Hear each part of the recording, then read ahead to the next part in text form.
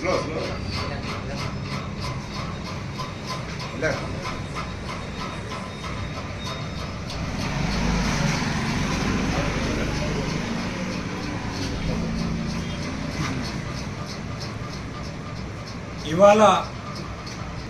భారత కార్మిక సంఘాల సమాఖ్య ఐఎఫ్టియు పెద్దపల్లి జిల్లా కమిటీ సమావేశం జరిగింది. ఈ సమావేశం జూలై 9న జరిగినటువంటి భారత కార్మిక వర్గం చేసిన సమ్మెలో పాల్గొన్న కార్మిక వర్గానికి విప్లవ జయజయం తెలుపుతుంది.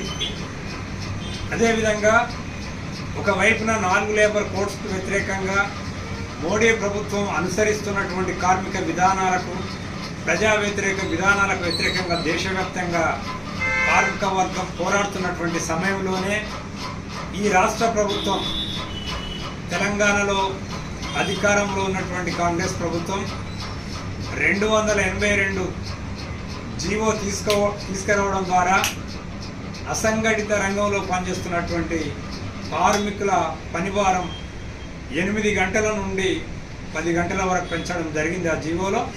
అదేవిధంగా ఇంతకుముందు అమలవుతున్న లేదా వాళ్ళు సౌకర్యాలుగా ఉన్నటువంటి ఇతర ఓవర్ టైం అలవెన్స్ కావచ్చు, వారాంతపు సెలవులు కావచ్చు, ఫిక్స్డ్ టర్మ్ ఎంప్లాయ్మెంట్ కావచ్చు, అనేక అంశాలను కూడా అందులో పొందుపరచడం జరిగింది. అసలు మొత్తంగా కూడా ఆ జీవో మొత్తం ఒక గందరగోళంగా, ఒక స్పష్టమైనటువంటి విధానంతో ఆ జీవో రాలేదు.